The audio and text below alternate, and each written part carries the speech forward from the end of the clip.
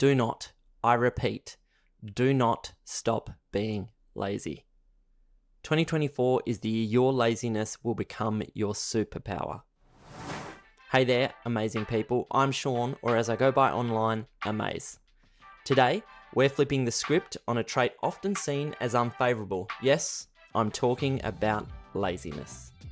When I was younger, teachers were split on whether I suffered in class from ADHD or just plain laziness. And after several GP visits, the GPs handed down a formal diagnosis of laziness. I'm here to tell you that laziness will be your greatest ally and superpower in 2024. Let's redefine laziness and unlock its potential. And if you're struck by inspiration during this video and have any other helpful tip, make sure to send it in the comments below. In this video, I'll cover embracing laziness, laziness as a tool for efficiency, leveraging technology and tools, in particular AI, laziness as a strategic rest, laziness and creativity, setting realistic goals, the power of saying no, laziness in decision making, and finally, laziness in learning. When I had the idea for this video, it hadn't fully occurred to me all the ways I could leverage my natural state to live a more productive and fulfilled life. While my channel predominantly features AI-related content, this video should help frame why I find AI fascinating and vital to my everyday life, but also to offer helpful tips on being lazy and how it can be an asset in 2024. Firstly, let's reshape our understanding of laziness. It's about being productive and having ambition. It's about being efficient, conserving energy, and being strategic. In the animal kingdom, many species spend much time resting and saving energy for when it matters. Think of the humble bear. We're not that different. Laziness forces us to find the most effective ways to complete tasks. It's about working smarter, not harder. For example, I used to dread doing household chores, but then I started batching similar tasks together, like doing all my cleaning in one go, and suddenly it didn't feel so overwhelming. Or take work tasks. I used to spread them throughout the week. Now I focus on completing them in dedicated shorter bursts. This approach is often called time blocking and has been a game changer for me.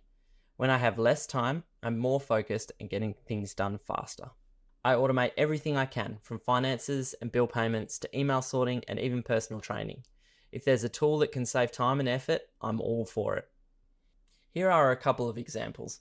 ChatGPT, being my favorite LLM, has offered me a great way to have a personal virtual assistant for all the mundane things I do not need to keep track of mentally. I have renamed my conversations in ChatGPT so that I can keep track of each of them. In setting these up, I prompted the system with essential information to feed back informed and valuable results. Here is the approach I took for my gym instructor GPT to give you an idea of how you can create your own prompts. Number 1. Here is a workout plan you wrote for me. Can you please assign it days of the week? Number 2. I'd like to make a start but find it hard to work out which weights to utilize for each exercise. Could you suggest how many kg I should load for each exercise, given I am a 37-year-old male with a sedentary lifestyle returning to the gym after more than 7 years away? Number 3. Can you list these weights out across the plan for each day? Number 4. I'd like you to act as my gym instructor / buddy. I will tell you what day it is and you will tell me what exercises need to be done. After I complete each exercise, I will tell you how much weight was used and how many reps so that for the next workout of that kind, you can automatically and gradually increase weights for me as required. Does this make sense? Now, anytime I revisit this prompt and tell it the day of the week, it will tell me which exercises to undertake, and I respond in turn with what weight was lifted, and it increases gradually as I build muscle.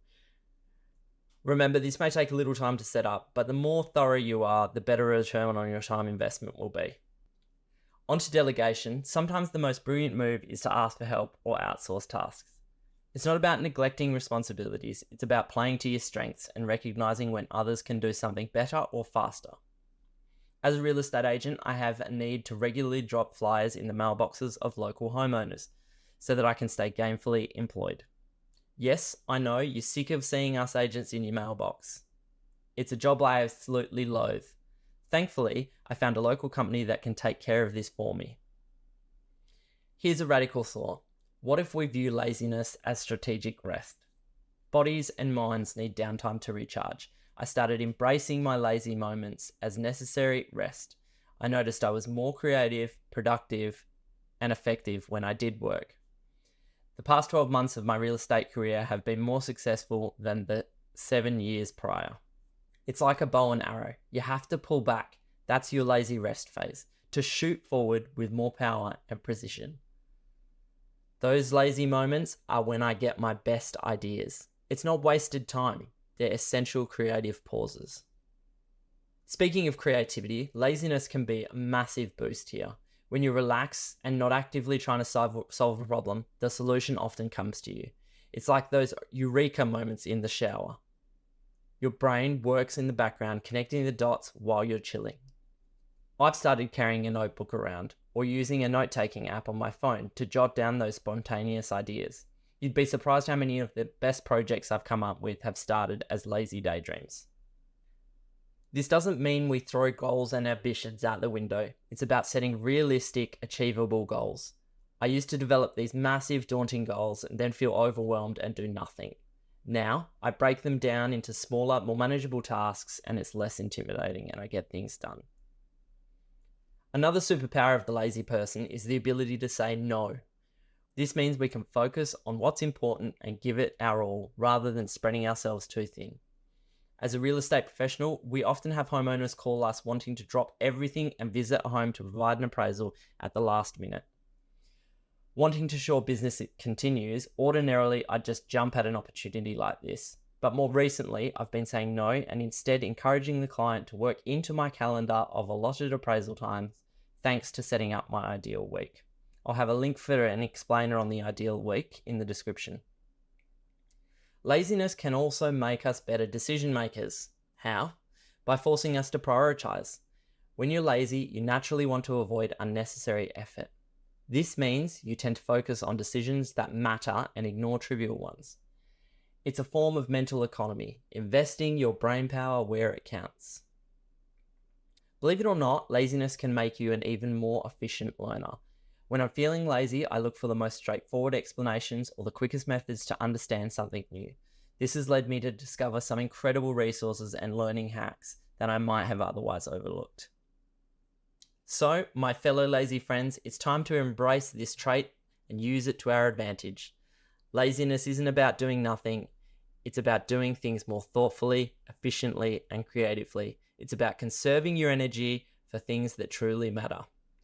Remember, your laziness is a superpower. It's about finding the easiest, most effective way to get things done, giving yourself the rest you need and harnessing your creativity so that next time you feel lazy, don't beat yourself up.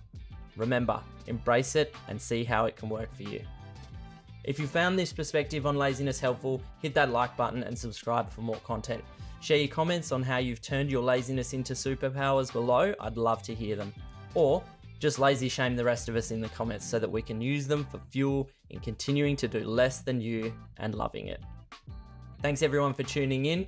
Here's to embracing our laziness and turning it into the greatest strength. See you in the next video.